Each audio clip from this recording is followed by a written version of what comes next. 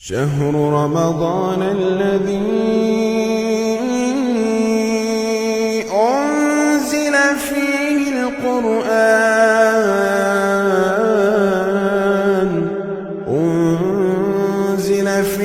القرآن هدى للناس وبينات من الهدى والفرقان. السلام علیکم ورحمۃ اللہ وبرکاتہ. بسم اللہ الرحمن الرحیم.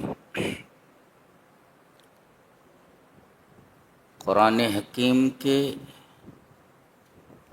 22ویں اور 23ویں پارے کی تفسیر کا خلاصہ پیش کیا جا رہا ہے.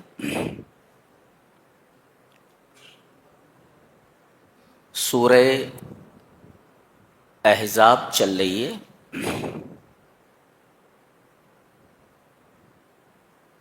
فرمایا گیا النبی اولی بالمؤمنین من انفسہم وازواجہ امہاتہم، کہ نبی مومنوں سے ان کی جانوں سے بھی زیادہ قریب ہیں. وَأَزْوَاجُهُ أُمَّهَاتُهُمْ، اور نبی کریم صلی اللہ علیہ وسلم کی جو بیویاں ہیں، ازواج ہیں، یہ امت کی مائیں ہیں. اسی وجہ سے ان کو امہات المؤمنین کہا جاتا ہے. اس اعتبار سے نبی کریم صلی اللہ علیہ وسلم امت کے باپ ہوئے. یہاں ازواج مطہرات کی عظمت بیان کی گئی ہے کہ آپ کی ازواج تمام امت کے مومنین کی مائیں ہیں.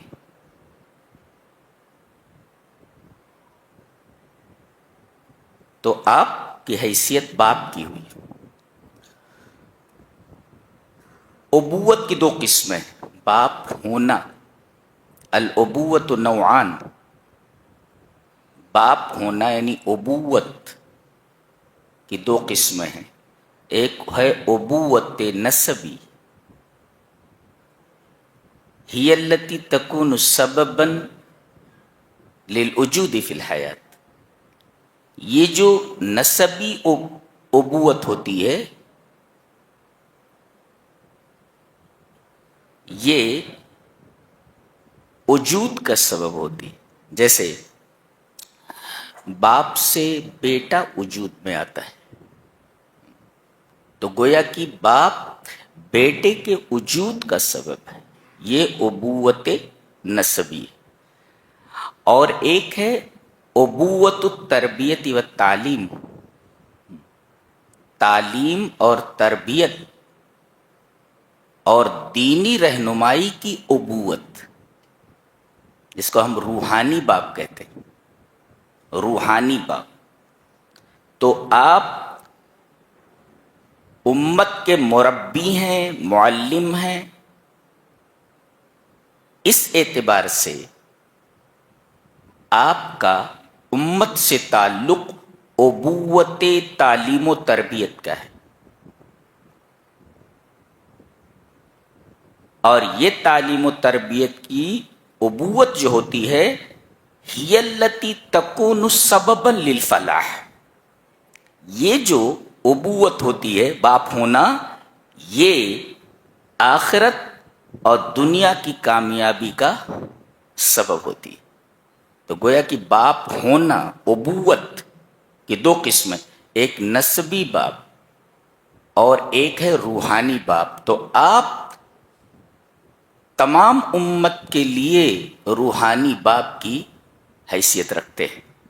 اور آپ کی بیویاں امت کی مائیں ہیں. تو جس طرح ماں سے شادی کرنا حرام ہے، حرمت علیکم امہاتکم، تمہاری مائیں تمہارے اوپر حرام کر دی گئی ہیں، یہ ابدی محرمات میں سے ہیں کہ کبھی ان سے شادی نہیں ہو سکتی. اللہ تبارک و تعالیٰ نے ان کو بیٹوں کے اوپر حرام کر دیا ہے. تو جب یہ امت کے مومنین کی مائیں ہیں تو امت کے مومنین امہات المومنین کے بیٹے ہوئے. اس وجہ سے کوئی بھی مومن ان سے شادی نہیں کر سکتا. ماں کی طرح ہیں. یہاں امہات المومنین کی عظمت اور ان کی فضیلت بتائی گئی ہے.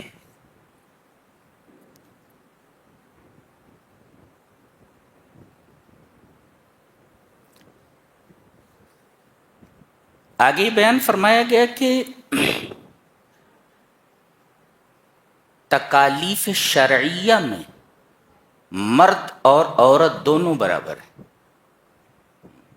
اسلام جس طرح مردوں کے لیے ہے عورتوں کے لیے، ایمان جس طرح مردوں کے لیے ہے اسی طرح عورتوں کے لیے.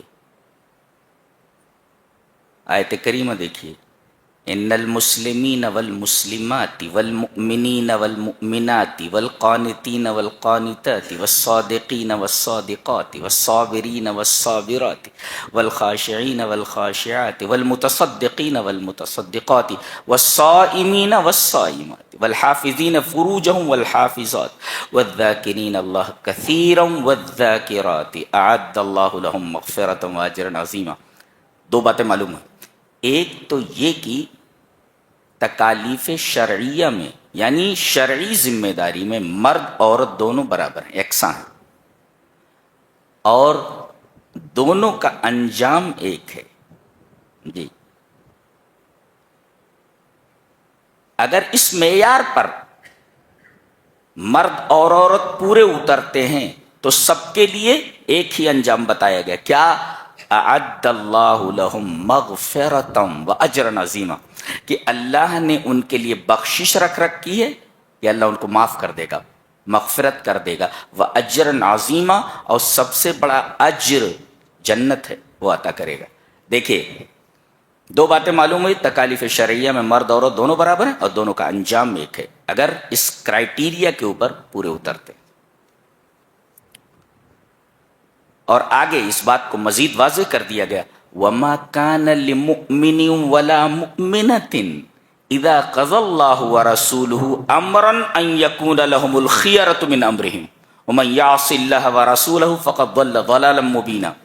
یہاں بھی بتایا گیا کہ تکالیف شرعیہ میں مرد عورت دونوں برابر ہیں. اگر کرائیٹیرین پر پورے اترتے ہیں تو ان کے لیے مغفرت اور اجر عظیم تیار ہے، اور اگر یہ نافرمانی کرتے اس کرائیٹیرین پر پورے نہیں اترتے تو فقط ضل ضلالا مبینہ، یہ کھلی ہوئی گمراہی میں چلے گئے. آیت کریمہ کا آغاز دیکھیے، کسی مومن کے لیے، مومن مرد کے لیے، ولا مؤمنۃ، کسی مومنہ عورت کے لیے یہ جائز ہی نہیں ہے، ممکن ہی نہیں ہے، اذا قضى اللہ ورسولہ امرا، کہ اللہ اور اس کے رسول کسی بات کا فیصلہ کر دیں تو ان یکون لهم الخیرۃ من امرہم، تو ان کو کوئی اختیار رہ جائے، کرنا ہی ہے، اختیار باقی نہیں رہتا.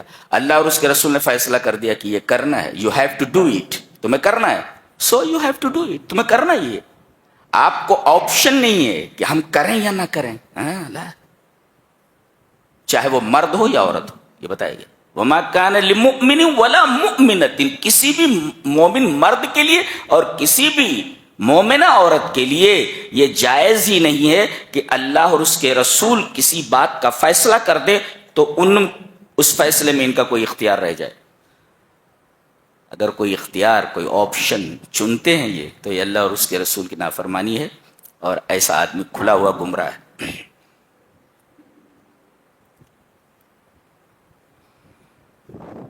ایک مسئلہ بیان کیا جا رہا ہے کہ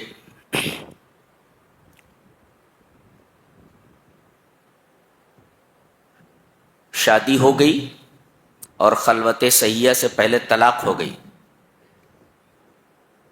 خلوت صحیحہ سے پہلے طلاق ہو تو عدت نہیں ہے. جی وہ بتائیے، یا ایھا الذین آمنوا اذا نکحتم المؤمنات تم مومنہ عورتوں سے نکاح کرتے ہو ثم طلقتموهن من قبل ان تمسون، ان کو چھونے سے پہلے ان کو طلاق دے دیتے ہو، فما لکم علیہن من عدۃ تعتدون، تو ان کے اوپر عدت نہیں ہے جی، انہیں کچھ دے دلا کر کے اچھے انداز سے رخصت کر دو، فمتعوهن وسرحوهن سراحا جمیلا۔ یہاں حجاب کا حکم دیا جا رہا ہے، پردے کا۔ پردے کے بارے میں ایک عجیب و غریب آیت کریمہ ہے، اب دیکھیں تو وَإِذَا سَأَلْتُمُوهُنَّ مَتَاعًا فَاسْأَلُوهُنَّ مِنْ وَرَاءِ حِجَابٍ ذَلِكُمْ أَطْهَرُ لِقُلُوبِكُمْ وَقُلُوبِهِنَّ۔ دیکھیے، ازواج مطہرات سے بھی، جبکہ وہ امت کی مائیں ہیں، ان سے بھی اگر کوئی چیز، کوئی سامان تم مانگ رہے ہو تو پردے کے پیچھے سے مانگو، ان کے سامنے نہیں آ سکتے۔ یہ عجیب و غریب مائیں ہیں۔ آدمی اپنی ماں کے سامنے آ سکتا ہے، لیکن یہ ایسی ماں ہے کہ ماں بھی ہیں اور تم ان کے سامنے نہیں آ سکتے۔ کوئی چیز مانگنا ہو تو پردے کے پیچھے سے مانگو۔ وَإِذَا سَأَلْتُمُوهُنَّ مَتَاعًا فَاسْأَلُوهُنَّ مِنْ وَرَاءِ حِجَابٍ، تو پردے کے پیچھے سے مانگو۔ پردہ کس لیے ہے؟ پردہ صرف لباس کا نام نہیں ہے۔ لیس الحجاب الستر ومجرد اللباس، صرف پردے کا اور لباس کا نام، نقاب اوڑھ لینے کا نام پردہ نہیں ہے۔ پھر کیا پردہ ہے؟ بلکہ طہارت القلوب وتجنب الفتن، دل پاک ہونا چاہیے اور فتنوں سے بچنا چاہیے۔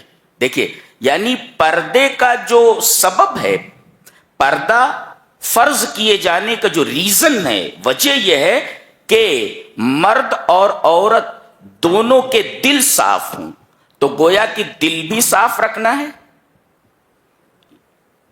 دل بھی صاف رکھنا ہے، ورنہ نقاب پہن کر کے بھی، لباس اوڑھ کر کے بھی اگر دل صاف نہ ہو تو پردے کا کوئی مطلب ہی نہیں ہے۔ وہی کہا گیا ذالکم اطہر لقلوبکم وقلوبہن، یہ مردوں اور عورتوں دونوں کے دلوں کے پاک کرنے کا سبب ہے۔ تو پردہ، حجاب صرف لباس کا نام نہیں ہے، بلکہ پردے کا جو سبب ہے وہ یہ ہے کہ دونوں کے قلوب صاف ہوں ایک، اور دوسرے فتنوں سے محفوظ رہیں۔ اگر عورت نقاب پہن کر کے بھی فتنہ برپا کر رہی ہے اور اس کے نقاب کی وجہ سے فتنہ برپا ہو رہا ہے، اس حجاب کا اور اس پردے کا کوئی مطلب نہیں۔ اس کے بعد نبی اکرم صلی اللہ علیہ وسلم کی عظمت بیان کی جا رہی ہے۔ پہلے آپ کی عظمت بیان کی گئی اور آپ کی ازواج کی عظمت بیان کی، یہاں آپ کی عظمت بیان کی جا رہی ہے بالخصوص، اور یہ عجیب و غریب آیت ہے۔ ان اللہ وملائکتہ یصلون علی النبی یا ایھا الذین آمنوا صلوا علیہ وسلموا تسلیما، بے شک اللہ اور اس کے فرشتے نبی پر صلاۃ بھیجتے ہیں، تو اے ایمان والو تم بھی نبی پر صلاۃ اور سلام بھیجو، صلو علیہ وسلموا تسلیم۔ اچھا، اللہ تبارک و تعالیٰ صلاۃ بھیجتا ہے، اللہ تبارک و تعالیٰ کے صلاۃ کا کیا مطلب؟ اللہ تعالیٰ نبی پر اپنے صلاۃ بھیجتا ہے، کیا مطلب ہے صلاۃ بھیجتا ہے؟ امام بخاری رحمہ اللہ کہتے ہیں قال ابو العالیہ یہ کہتے ہیں کہ صلاۃ اللہ ثناؤہ علیہ عند الملائکہ، کیا بات ہے، اللہ کی صلاۃ یہ ہے، اللہ صلاۃ بھیجتا ہے نبی پر، تو اللہ کی صلاۃ کا مطلب یہ ہے کہ وہ فرشتوں کے درمیان اپنے نبی کی تعریف کرتا ہے۔ اللہ اکبر! بتائیے، معصوم مخلوق کے درمیان، سب سے زیادہ طاقتور مخلوق کے درمیان، نور سے بنی ہوئی مخلوق ہے، نور سے بنی ہوئی مخلوق، بہت ہی پاورفل، اور اسی طریقے سے سب سے زیادہ طاقتور اور سب سے زیادہ پاک اور معصوم، معصوموں کے درمیان اللہ تبارک و تعالیٰ اپنے نبی کی تعریف کرتا ہے کہ میرا نبی ایسا ہے۔ اس سے نبی کریم صلی اللہ علیہ وسلم کے اعلیٰ مقام کا پتہ چلتا ہے۔ آج ہمارے نبی کو گالیاں دیتے، تمہاری گالی کی کیا اوقات ہے، تمہاری گالی کی کیا حیثیت ہے؟ جس ذات کی تعریف اس کا رب کرے فرشتوں کے درمیان، تمہاری کیا اوقات ہے بیٹا، تمہاری کیا اوقات ہے؟ اچھا، ملائکہ بھی آپ پر صلات بھیجتے ہیں، تو ملائکہ کی صلات کا کیا مطلب ہے؟ ابو العالیہ کہتے ہیں، بخاری میں ہے کہ صلاۃ الملائکۃ الدعاء، ملائکہ نبی کے لیے دعا کرتے ہیں، یہ فرشتے نبی کے لیے دعا کریں، یہ عجیب بات۔ تو اے ایمان والو، تم بھی نبی پر صلات اور سلام بھیجو۔ ہم لوگ کیا کریں؟ ہم لوگ جب صلات بھیجتے ہیں تو اس کا کیا مطلب ہوتا ہے؟ کہتے ہیں طلب الرحمہ۔ جب ہم کہتے ہیں اللہم صلی علی محمد، درود میں کہتے ہیں نا اللہم صلی علی محمد وعلی آل محمد، تو ہم صلات بھیج رہے ہیں محمد صلی اللہ علیہ وسلم پہ۔ اس کا کیا مطلب ہوا؟ اے اللہ، ہم تجھ سے اپنے نبی کے لیے رحمت مانگتے ہیں، رحمت طلب کرتے ہیں۔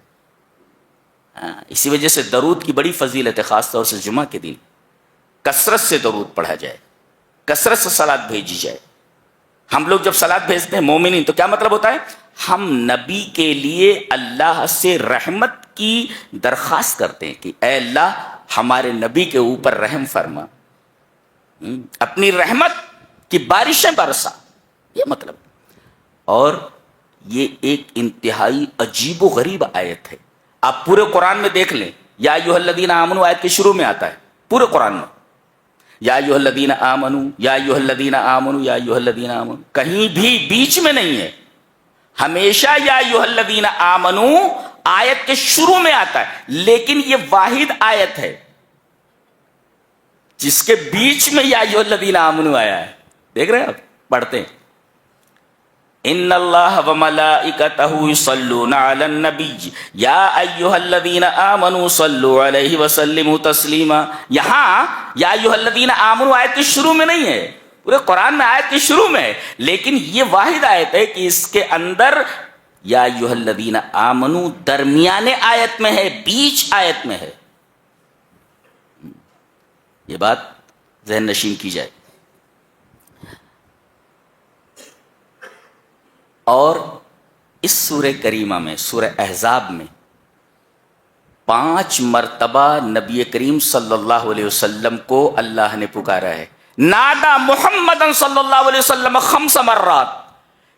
اس سورہ کریمہ میں، سورہ احزاب میں، اللہ نے اپنے نبی کو 5 مرتبہ پکارا ہے، یا ایھا النبی، یا ایھا النبی، یا ایھا النبی، یا ایھا النبی، یا ایھا النبی، 5 مرتبہ پکارا ہے۔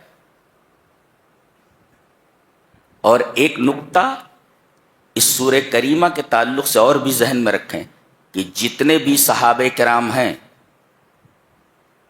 تقریباً 1,24,000 ہو سکتے ہیں، جتنے انبیاء ہیں اتنے تقریباً صحابہ ہیں جی، تو جتنے بھی صحابہ کرام ہیں، آپ صلی اللہ علیہ وسلم کے صحابہ، کسی بھی صحابی کا قرآن میں صراحت کے ساتھ نام نہیں آیا ہے سوائے ایک صحابی کے۔ اتنا مبارک صحابی ہے وہ، اس قدر جلیل القدر صحابی ہے۔ جانتے کون ہے؟ حضرت زید ابن حارثہ۔ ڈاکوؤں نے ان کو پکڑ لیا تھا، ان کے ماں باپ سے الگ کر دیا تھا، یہ بکتے بکاتے نبی کریم صلی اللہ علیہ وسلم کے پاس آ گئے جی، اور نبی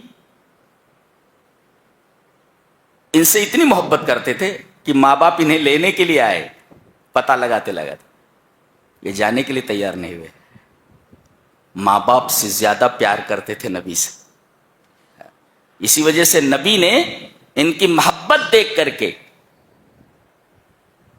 ان کو اپنا بیٹا بنا لیا، اور لوگ انہیں زید ابن محمد کہنے لگے۔ زید ابن محمد انہی کے بیٹے ہیں، حضرت اسامہ رضی اللہ تعالی، بہترین کمانڈر ان چیف، انہی کے بیٹے ہیں۔ کہاں کے رہنے والے ہیں، اور آ کر کے نبی کی غلامی پسند کر لی، اور نبی نے انہیں اتنا پیار دیا کہ انہیں اپنا بیٹا بنا لیا۔ تو جب لوگ انہیں زید ابن محمد کہنے لگے تو اللہ تبارک و تعالی نے آیت نازل فرمائی، ادعوہم لیابائہم، لڑکوں کو، بچوں کو ان کے باپ کے نام سے پکارو.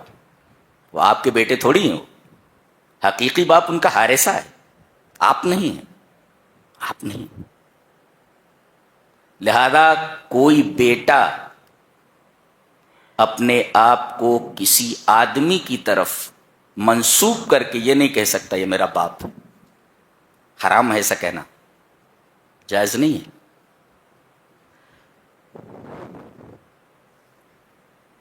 یہ واحد صحابی ہے. کیا نام ہے ان کا؟ حضرت زید. آیت کریمہ دیکھیں. فلما قضى زید منها وطرا، زید منها. ایک بات سمجھ میں آئی کہ جب آیت یہ اتری کہ آپ اپنے آپ کو ان کا باپ نہ کہیں بلکہ ان کے باپ کی طرف ان کو منسوب کریں، زید بن حارثہ، زید بن محمد نہ کہیں، تو حضرت زید کو بہت تکلیف ہوئی. یہ جو نسبت خاصہ تھی نبی کریم صلی اللہ علیہ وسلم کے ساتھ، یہ نسبت ختم ہو گئی. زید ابن محمد تھا میں. اب آیت اتر گئی کہ ان کے اصلی باپ کی طرح جو حقیقی باپ ہیں ان کی طرف انہیں منسوب کرو، تو ان کو دلی دکھ ہوا. اللہ نے کہا تجھے دکھی ہونے کی ضرورت نہیں، پورے قرآن میں کسی بھی صحابی کا نام ذکر کر کے، نہ ذکر کر کے، تیرا نام ذکر کر دیتا ہوں کہ آدمی جب یہ نام پڑھے گا تو 30 نیکیاں کم سے کم ملیں گی. یہ دال دستیاں 30. یہ اتنا جلیل القدر صحابی ہے.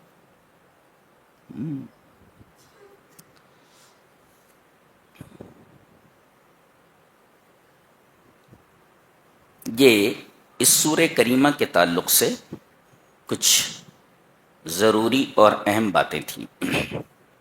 آگے سورہ سبا ہے. سبا ایک بہت ہی خوبصورت شہر کا نام تھا. ناشکری کی وجہ سے اللہ تبارک و تعالی نے اس پورے شہر کو ڈیم کے پانی کی نظر کر دیا. ڈیم کا پانی پھوٹ پڑا اور سارے باغ تباہ ہو گئے، اور لوگ جو داد عیش دیتے تھے اللہ تبارک و تعالیٰ نے ان کا کان پکڑ کر کے فٹ پاتھ پر لا کر کھڑا کر دیا. اس سے پہلے،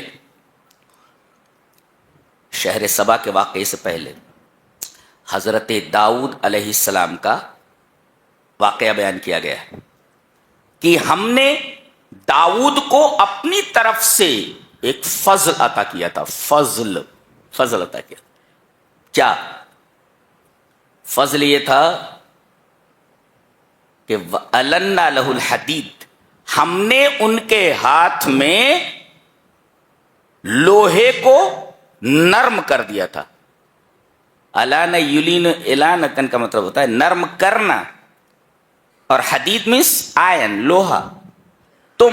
ہم نے ان کے لیے لوہے کو نرم کر دیا تھا.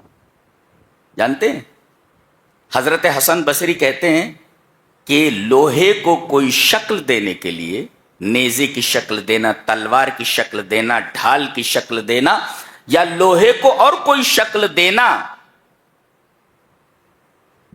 یہ ہاتھ ہی سے کر لیتے تھے. آگ کے محتاج نہیں تھے کہ لوہے کو آگ میں داخل کر کے نرم کریں پھر لوہے کو کوئی شکل دیں. آگ کے محتاج نہیں تھے وہ کہ لوہے کو آگ میں داخل کر کے اسے گرم کریں پھر شکل دیں، بلکہ ان کے ہاتھ میں لوہا آتے ہی موم ہو جاتا تھا.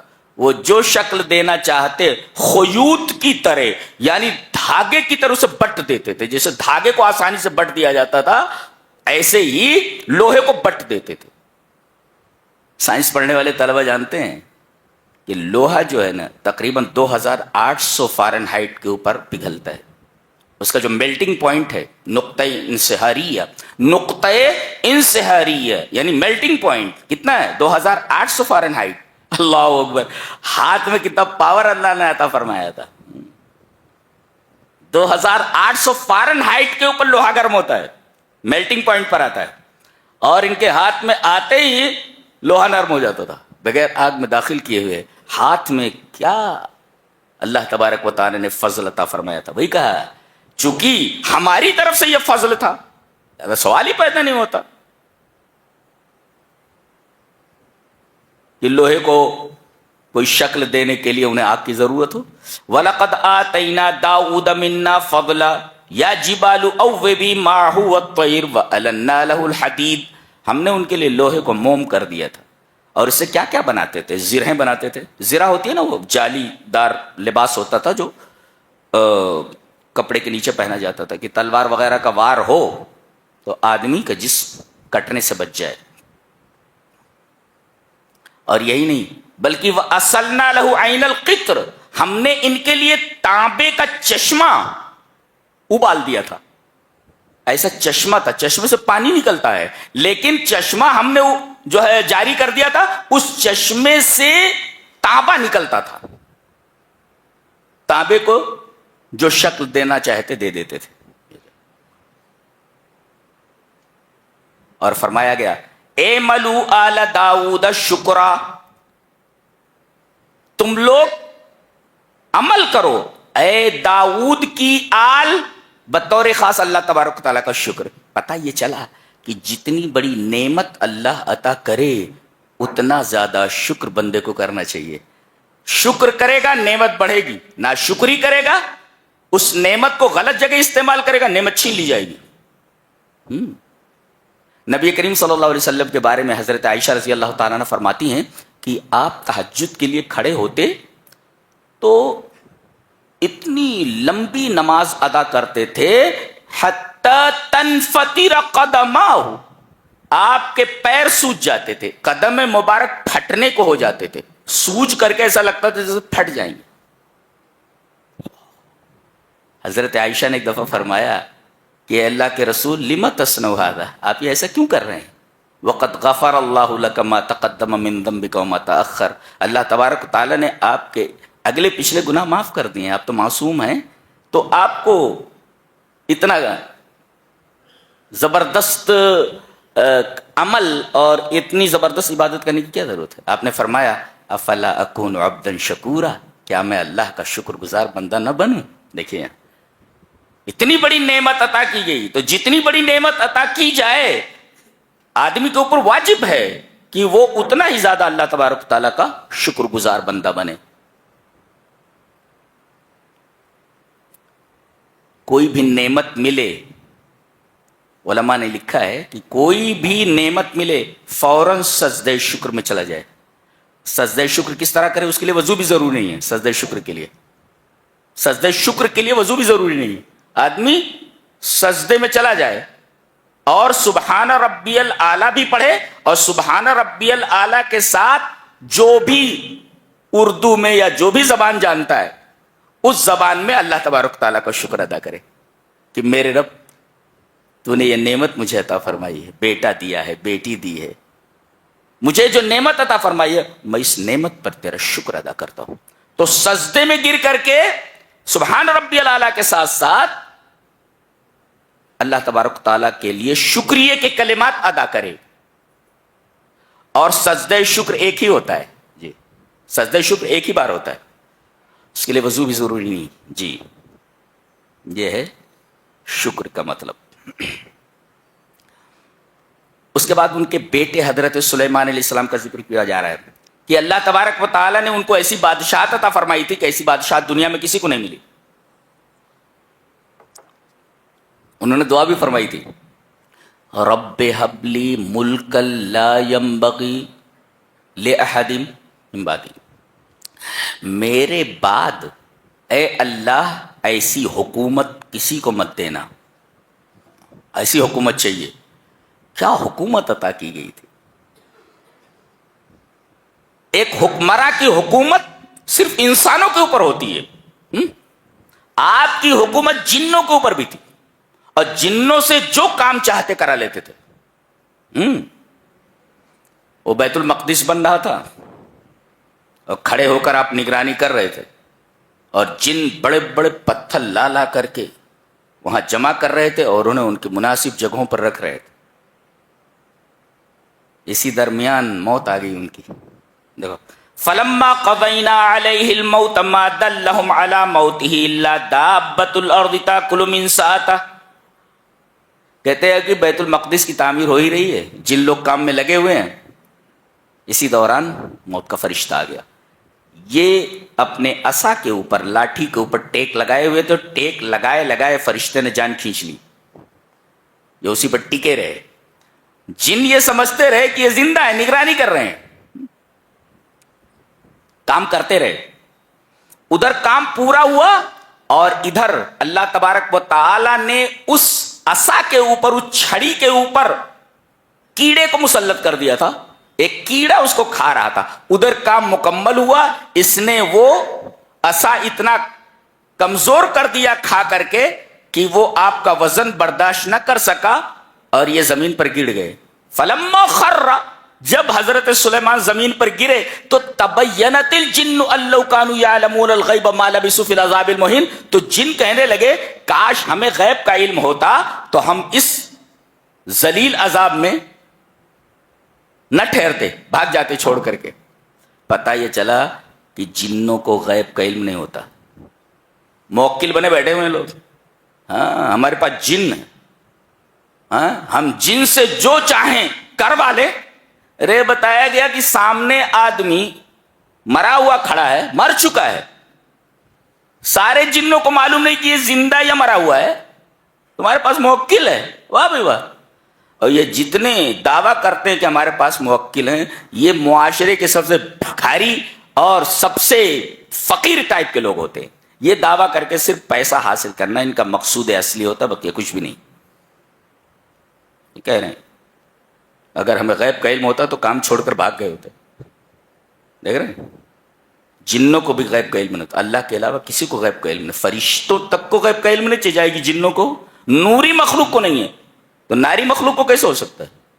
اور جب ناری مخلوق کو بھی نہیں ہے, نوری مخلوق, تو خاکی مخلوق کو کیسے غیب کا علم ہو سکتا ہے؟ لا یعلم الغیب الا اللہ, اللہ کے علاوہ کسی کو غیب کا علم نہیں.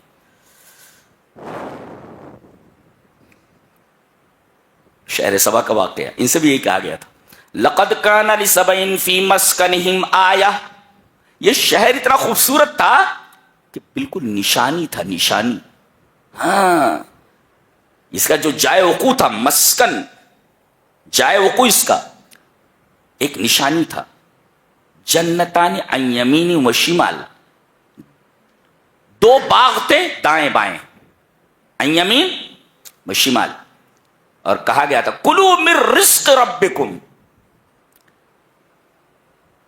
زبردست آمدنی ہو رہی ہے, ہر طرح کے پھل میسر ہیں, تو اپنے رب کا رزق کھاؤ, واشکروا لہ, اور اس کا شکر ادا کرو. ان سے بھی وہی کہا گیا تھا شکر ادا کرو. اور کہا گیا کہ بلدۃ طیبۃ, یہ بہت ہی پاک شہر تھا. طیب مانے پاک, کلمہ طیب کہتے ہیں نا, کلمہ طیبہ یعنی پاک کلمہ. تو بلدۃ طیبہ, پاک شہر. کہتے ہیں اس شہر میں مچھر نہیں تھے, اس شہر میں بچھو نہیں تھے, اس شہر میں سانپ نہیں تھے, کوئی بھی موذی جانور اس شہر میں نہیں پایا جاتا تھا. بلدۃ طیبہ. کیا جب نہیں مانے تو یہ جو ان کے باغات کی آبیاری ہوتی تھی وہ ایک ڈیم کے پانی سے ہوتی تھی. پہلے کیا ہوتا تھا, بارش پہاڑوں پر برستی اور بہہ کر کے وادیوں میں ضائع ہو جاتی. تو لوگوں نے جمع ہو کر کے ایک ڈیم بنایا کہ پہاڑوں کے اوپر جو بارش برسے اسے روک لیا جائے, وادیوں میں بہہ کر ضائع نہ ہونے دیا جائے. تو پانی بہہ کر کے ڈیم میں جمع ہو جاتا. اور انہوں نے کئی کھڑکیاں اس کے اندر بنا رکھی تھی, جتنی پانی کی ضرورت ہوتی اتنی بڑی کھڑکی کھول لیتے اور اپنے باغ کی آبیاری کر لیتے. جب انہوں نے ناشکری کی تو وہی ڈیم جو ان کی خوشحالی کا سبب تھا ٹوٹ گیا اور پورا کا پورا باغ بہہ کر کے ختم ہو گیا. تو نعمت ملے تو نعمت کا شکر ادا کرنا چاہیے, یہ ضروری ہے, یہ تعلیم دی گئی ہے.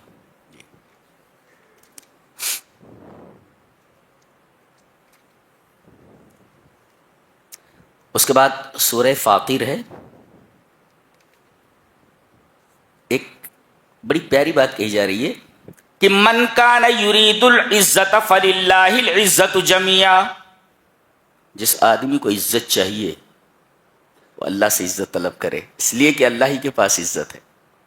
مفسر کہتا ہے من طلب العزت فلیطلبہ من رب العزہ، من طلب العزہ فلیطلبہ من رب العزہ.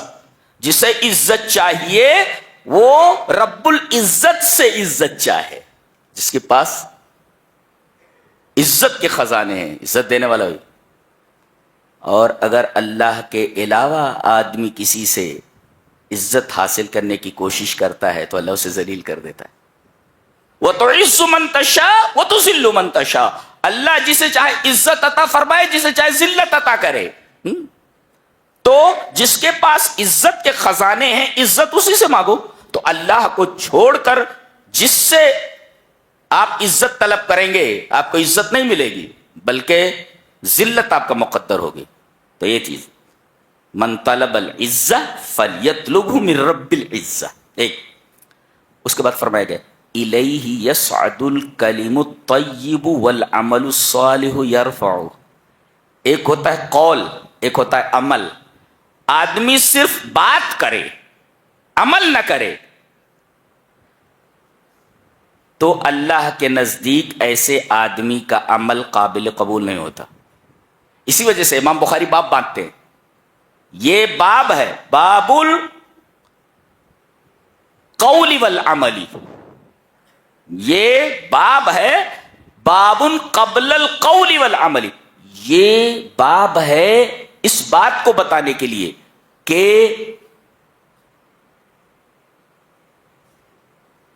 بولنے سے پہلے علم ہونا چاہیے، اور آدمی بولے تو علم کی روشنی میں بولے، اور جو بول رہا ہے اس کے اوپر عمل کرے. تو یہاں دیکھو الکلم الطیب قول ہے، اس کا پاک قول ہے. لیکن والعمل الصالح یرفعہ صرف قول ہے. اگر قول کے ساتھ عمل نہ ہو تو یہ عمل اس کا اوپر نہیں چڑھتا، اس کا یہ قول اوپر نہیں چڑھتا. جی کسی نے کہا ہے کہ قول بلا عمل کسرید بلا دسم. بغیر عمل کے قول ایسا ہے جیسے بغیر گھی کے سرید. وقول بلا عمل کقوس بلا وتر. اور بلا عمل کے قول ایسے ہے جیسے بغیر تانت کے کمان. بھئی کمان پر تانت نہ ہو تو کمان کیسے بنے گی؟ ایسے ہی ہے وہ. جی تو آدمی جب بولے تو اس پر عمل بھی کرے. قول اور عمل دونوں ضروری ہیں.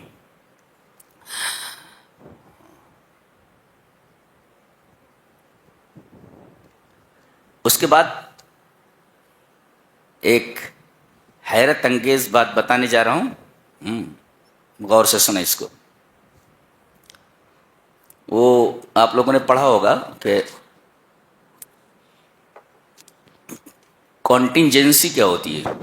اس کو مثال سے سمجھاتا ہوں. کہتے ہیں اس کائنات کا کوئی معبود نہیں ہے، کائنات ایٹ رینڈم میں سے بن گئی ہے، اتفاق سے وجود میں آ گئی. تو اس کو اس طرح ثابت کیا جاتا ہے کہ یہ اینٹ ہے ایک ایسے جھکی ہوئی ہے، اور اس کے آگے ایک اینٹ ہے وہ بھی جھکی ہوئی ہے، اس کے آگے ایک اینٹ ہے وہ بھی جھکی ہوئی ہے، اس کے آگے ایک اینٹ ہے وہ بھی جھکی ہوئی ہے، ایسے جھکی ہوئی ہے ایسے. اس کے آگے ایک اینٹ ہے وہ بھی جھکی ہوئی ہے، آخری جو اینٹ ہے وہ بھی جھکی ہوئی ہے، اور سلسلہ ختم ہو گیا ہے. سوال یہ ہے کہ یہ اینٹ جھکی ہوئی ہے اس کے اوپر، یہ اینٹ جھکی ہوئی ہے اس کے اوپر، اور آخری اینٹ وہ بھی جھکی ہوئی ہے. گری کیوں نہیں؟ گر جانا چاہیے نا، گر جانا چاہیے. پتہ یہ چلتا ہے کہ وہاں کوئی ایسی چیز ہے جو آخری اینٹ کو روکے ہوئے ہے، ورنہ وہ بھی گر جاتی ہے. ایسے ہے نا، ایسے پھر یہ بھی ایسے ہی ہے، پھر یہ اینٹ بھی ایسے ہی ہے، پھر یہ اینٹ بھی ایسے ہی ہے. لیکن ہم آخری اینٹ کو دیکھ رہے ہیں کہ وہ گر نہیں رہی ہے، ورنہ ساری کی ساری اینٹیں لیٹ جاتی. وہ گر نہیں رہی ہے. اس کی وجہ سے یہ اینٹیں جھکی تو ہیں, انکلائنڈ تو ہیں, لیکن فال نہیں ہو رہی, گر نہیں رہی ہیں. کیوں؟ اس لیے کہ آگے کوئی سہارا ایسا ہے جو کسی اور کے اوپر سہارا لیے ہوئے نہیں ہے. وہی اللہ ہے, وہی نیسیسری بینگ ہے, اور اسی کو کانٹینجنسی کہا جاتا ہے. جی بھائی, ایک اینٹ جھکی ہوئی ہے دوسری کے اوپر, دوسری جھکی ہوئی ہے تیسری کے اوپر, تیسری جھکی ہوئی چوتھی کے اوپر. ہم ایک آخری اینٹ کو دیکھ رہے ہیں کہ وہ جھکی ہوئی ہے مگر گر نہیں رہی ہے, اور اینٹوں کا سلسلہ ختم ہو گیا ہے. اب آپ کیا کہیں گے کہ وہ اینٹ کسی ایسی چیز پر سہارا لیے ہوئے ہے جو جھکا ہوا نہیں ہے, جو جھکی ہوئی نہیں ہے. اگر وہ بھی جھکی ہوئی ہوتی تو وہ آخری اینٹ بھی جھک جاتی, گر جاتی ہے, اور یہ سب کے سب گر جاتے. پتہ یہ چلا کہ کوئی چیز آخر میں ہے جو آخری اینٹ کو سہارا دیے ہوئے ہے, اسی کو نیسیسری بینگ کہا جاتا ہے. قرآن حکیم نے وہی بات کہی, یا ایھا الناس انتم الفقراء الی اللہ, اے دنیا کے تمام انسانوں تم اللہ کے محتاج ہو. ایک اینٹ محتاج ہے, اس کی یہ محتاج ہے, اس کی یہ اینٹ محتاج ہے, اس کی, اور ساری اینٹیں محتاج ہیں اس کی جس کے اوپر وہ آخری اینٹ سہارا لیے ہوئے ہے. دے تو افتقار کا یہ سلسلہ ایک غنی کے اوپر ختم ہو جائے. سب فقیر ہوں تو پیسہ کہاں سے آئے گا؟ ایک غنی ہونا چاہیے نا جو ان کو پیسہ دے. یہ بھی فقیر, یہ بھی فقیر, یہ بھی فقیر, یہ بھی فقیر, یہ بھی فقیر. تو آخر میں ایک غنی ہونا چاہیے نا جو ان کو پیسے دے. وہی کہا گیا افتقار کا یہ سلسلہ کسی غنا کے اوپر ختم ہونا چاہیے. اسی کو کہتے ہیں کنٹینجنسی, اسی کو کہتے ہیں نیسیسری بینگ. جی, یا ایھا الناس انتم الفقراء الی اللہ واللہ هو الغنی الحمید, اے دنیا کے تمام انسانوں تم سب کے سب محتاج ہو. تو محتاج کو ضرورت ہے کسی غنی کی. اللہ نے فرمایا وہ غنی میں ہوں, تم سب کے سب فقیر.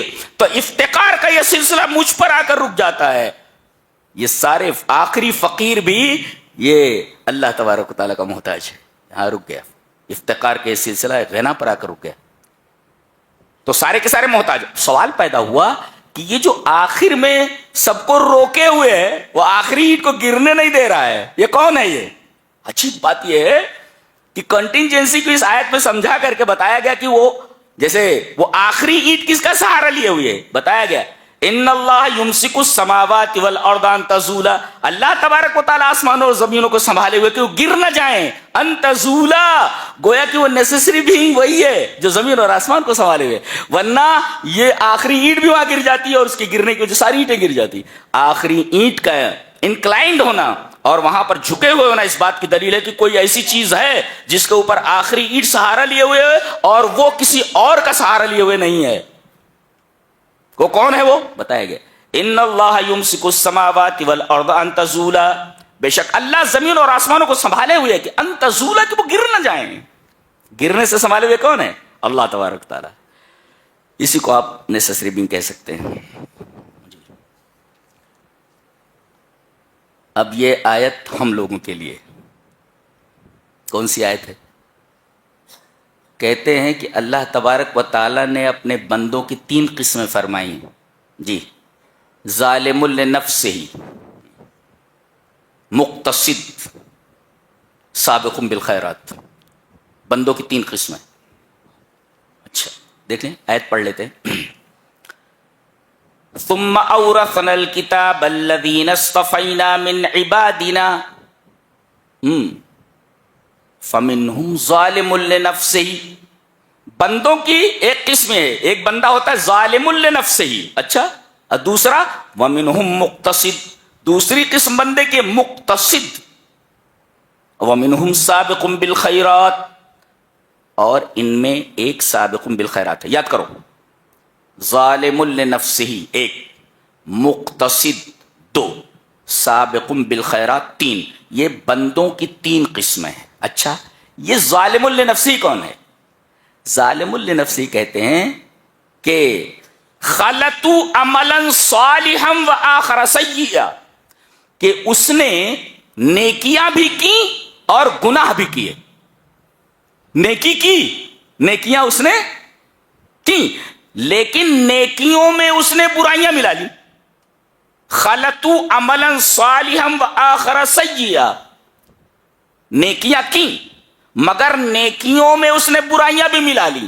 وَغَلَبَتْ سَيِّئَاتُهُ عَلَى حَسَنَاتِهِ, اور اس کی برائیاں اس کی نیکیوں پر غالب آ گئیں, یعنی برائیاں زیادہ ہو گئیں, نیکیاں کم ہو گئیں. اس کو کہتے ہیں ظالم لنفسہ. نیکیاں بھی کی اور برائیاں بھی کی, لیکن برائیاں زیادہ ہو گئیں, نیکیاں کم ہو گئیں. یہ ظالم لنفسہ, جیسے ہم لوگ ہیں, ہماری برائیاں زیادہ ہو گئی ہیں اور نیکیاں کم ہو گئی. ہم اس مقام پر آ کر کھڑے ہو گئے. جی, یہ ظالم لنفسہ ہے. انجام اس کا یہ ہے کہ چاہے تو اللہ تبارک و تعالی اس پر رحم کر کے بخش دے. ظالم لنفسہ کو انجام کیا ہے؟ چاہے تو اللہ تبارک و تعالی اس پر رحم کر کے بخش دے, اور اگر گناہ ایسے ہیں کہ وہ رحم کے قابل نہیں ہے تو اسے اللہ جہنم میں ڈال دے گا, اور اپنے گناہ کے بقدر وہ جہنم میں مدتوں تک رہے گا, اور ایک دن اللہ اسے نکال کر کے جنت میں ڈال دے گا. یہ ہے ظالم لنفسہ. سمجھ میں آیا؟ نیکیاں کی, برائیاں بھی کی, نیکیوں اور برائیوں کو ملا لیا, نیکیوں میں برائیوں کو ملا لیا, اور برائیاں زیادہ ہو گئی, نیکیاں کم ہو گئیں. انجام چاہے تو اللہ رحم کر کے اسے بخش دے, جنت دے دے, لیکن کچھ گناہ ایسے ہو گئے ہیں جو رحم کے قابل نہیں ٹھہراتے ہیں اس کو, تو اللہ اس کو جہنم میں ڈال دے گا, اور اس کے گناہ کے بقدر جہنم میں اس کو سزا دی جائے گی, اور اس کے بعد اس کو جنت میں ڈال دیا جائے گا. یہ ظالم لنفسہ ہے. تو کم سے کم اس کیٹیگری میں مت آئیے. اتنا کیجئے کہ برائیاں ہوں لیکن ہماری نیکیاں ہمارے برائیوں پر غالب ہوں. اچھا, دوسرا کون ہے؟ وَمِنْهُمْ مُقْتَصِدٌ. جی, نیکیاں بھی کی ہیں اس نے, اور فرائض کو ادا کیا ہے, حرام چیزوں سے دور رہا ہے, برائیاں نہ کے برابر ہیں, برائیاں نہ کے برابر ہیں, لیکن ایک چیز اس کے اندر ہے کہ یہ بڑھ چڑھ کر نیکیوں میں حصہ نہیں لیتا. فرائض ادا کر رہا ہے, نماز پڑھ رہا ہے, روزے رکھ رہا ہے, جتنے احکامات ہیں ان کے اوپر عمل کر رہا ہے, فرائض کو ادا کر رہا ہے, اداء الفرائض ہے, وترک المحارم وترک المحرمات, اور حرام چیزوں کو چھوڑ رہا ہے. فرائض کو ادا کر رہا ہے اور حرام چیزوں کو چھوڑ رہا ہے. اللہ نے فرمایا یہ کرنا ہے, میرے رب کر رہا ہوں, یہ نہیں کرنا ہے, میرے رب نہیں کرتا. میں فرائض کو ادا کر رہا ہے اور حرام چیزوں سے بچ رہا ہے, لیکن اس کے اندر بڑھ چڑھ کر نیکی کے کاموں میں حصہ لینے کی ہمت نہیں ہے, اس کے اندر یہ چیز نہیں ہے. کیا کرے گا اللہ؟ چلا جائے ادھر, یحاسب حسابا یسیرا, اللہ اسے آسان حساب لے لے گا. خل لے جائے, یحاسب حسابا یسیرا, اللہ اس سے ہلکا حساب لے گا, اور ظالم لنفسہ یہ کڑا حساب ہو لے گا, وہ اس سے ہلکا حساب. یحاسب حسابا یسیرا, اور جنت میں داخل کر دیا جائے گا. پہلے سے سخت سوالات و جوابات ہوں گے ظالم لنفسہ سے. اب اگر چاہے اللہ اسے اپنے رحم کی وجہ سے بخش دے, اور چاہے تو اسے جہنم میں ڈال کر کے پھر نکالے. ایک, اور یہ مقتصد ہے, اللہ اس سے ہلکا سا حساب لے کر کے چھوڑ دے. یحاسب حساب. اب تیسرا آ رہا ہے, کون؟ فرائض کو ادا کیا, محرمات کو چھوڑ دیا, حرام کاموں سے بچا رہا, اور نیکی کے کاموں میں بڑھ چڑھ کر حصہ لیتا رہا. اسی کو کہتے ہیں سابقم بالخیرات, نیکی کے کاموں میں بڑھ چڑھ کر حصہ لینے والا. اللہ فرمائے گا لاؤ اس کو, لائے گا, اس سے کوئی حساب و کتاب نہیں لیا جائے گا. یدخل الجنت بغیر حساب, بغیر حساب کے اس کو جنت میں داخل کر دیا جائے گا. ایک سے سخت حساب لیا گیا, اور ایک سے ہلکا حساب لیا گیا, اور ایک سے حساب ہی نہیں لیا گیا, اور ان تینوں کا ذکر اس آیت کریمہ میں کیا گیا, اور تینوں کے بارے میں کہا گیا کہ تینوں جنت میں جائیں گے. عجیب بات تو یہ ہے, ظالم لنفسہ بھی جنت میں جائے گا مار کھانے کے بعد, یا اللہ کے رحم کے دائرے میں آ کر کے, اور مقتصد تو جنت میں جائے گا ہی, اور سابقون بالخیرات بھلائی کے کاموں میں سبقت کرنے والا آگے بڑھ چڑھ کر حصہ لینا. یہ بھی آگے یہی کہا گیا. آیت دیکھ لیں پہلے. فَمِنْهُمْ ظَالِمٌ لِّنَفْسِهِ وَمِنْهُمْ مُقْتَصِدٌ وَمِنْهُمْ سَابِقٌ بِالْخَيْرَاتِ بِإِذْنِ اللَّهِ ذَلِكَ هُوَ الْفَضْلُ الْكَبِيرُ جَنَّاتُ عَدْنٍ يَدْخُلُونَهَا. دلیل کیا ہے؟ یہ تینوں جنت میں جائیں گے. یہ دلیل ہے جنات عدن يدخلونها, ہمیشگی کی جنت میں یہ تینوں کی دونوں جائیں گے. ایک شاید اللہ کے رحمت کے دائرے میں آ جائے یا سزا بھگت کر کے جائے جنت میں جائے گا, اور دوسرا ہے ہلکا حساب لے لیا جائے گا اور جنت میں ڈال دیا جائے گا, اور تیسرا ہے حساب ہی نہیں لیا جائے گا لیکن تینوں جنت کے اندر جائیں گے. اللہ اللہ اس قدر رحیم, اس قدر رحیم. تو تینوں کا مطلب سمجھ میں آیا کہ تینوں کون کون ہیں, اور تینوں کا انجام سمجھ میں آیا. جی جی.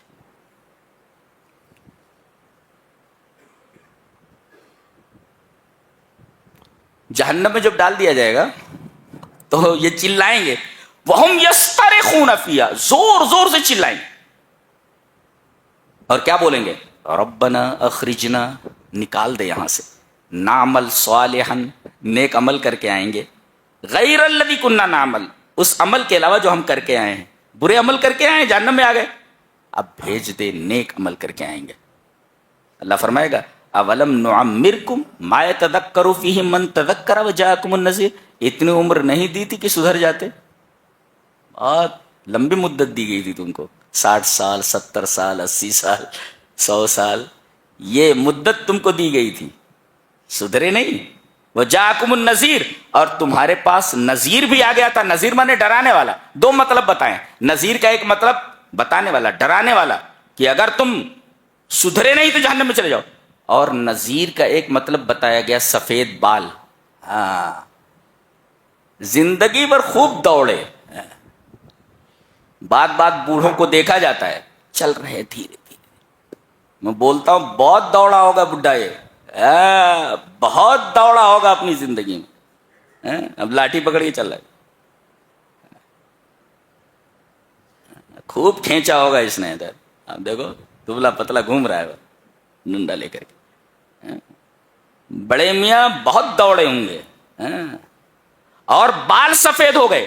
یہ بال سفید ہونا یہ وارننگ ہے کہ کوا تو چلا گیا, ہنس آ گیا ہے. کوا چلا گیا, یعنی سفید یہ کالے بال, اور اب ہنس آ گیا, سفید بال آ گئے. یہ وارننگ ہے بیٹا, اب تیاری کر لے, اس لیے کہ آخری جو مرحلہ ہے وہ موت کا مرحلہ ہے, اب بچے گا نہیں, تو سدھر جا. وہی کہا گیا وجاءکم النذیر, تمہارے پاس ڈرانے والا آ گیا. یہ سفید بال جو ہے نا یہ ڈراتا ہے, کالے بال چلے گئے بیٹا, یہ سفید بال آ گئے, سدھر جا, اب بھی وقت ہے, سدھر جا.